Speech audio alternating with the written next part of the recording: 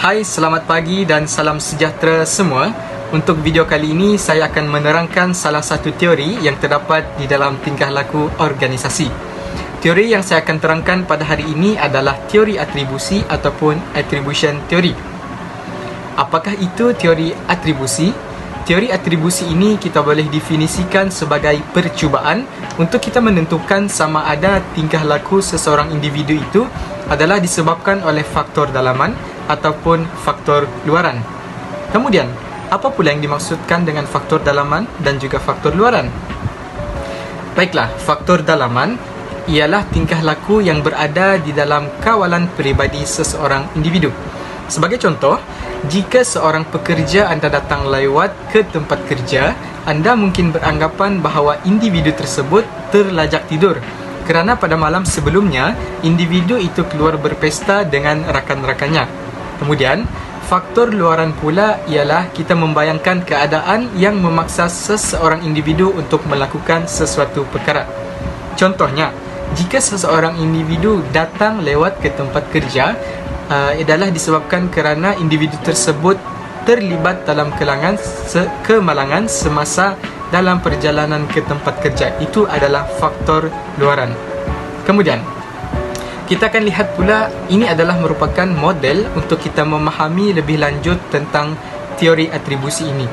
Untuk kita mengatribusikan tingkah laku seseorang individu, kita harus menilai berdasarkan 3 peringkat, iaitu peringkat yang pertama adalah pemerhatian, observation, kemudian tafsiran, interpretation, dan yang ketiga adalah penyebab atribusi, iaitu attribution of cause.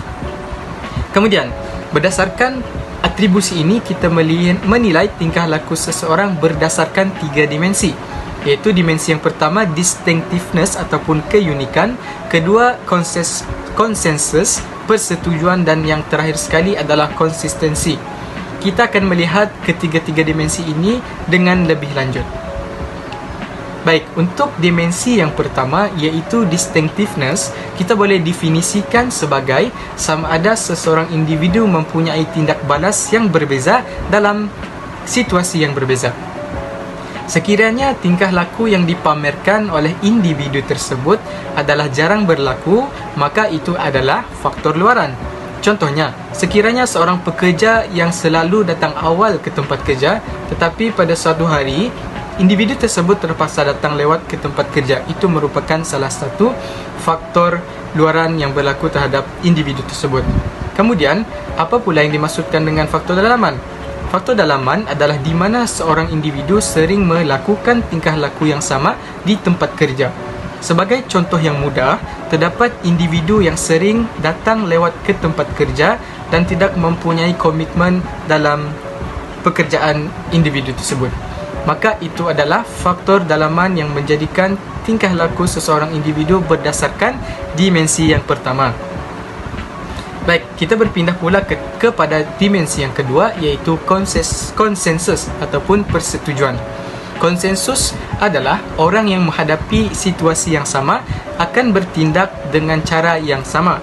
Sekiranya berlaku persetujuan yang tinggi, itu adalah faktor luaran. Sebagai contoh, sekiranya semua murid di dalam kelas tidak menyiapkan kerja rumah yang diberikan, maka daripada memarahi kelas tersebut, guru akan memaafkan dan memberikan waktu tambahan untuk mereka menyelesaikan kerja rumah tersebut.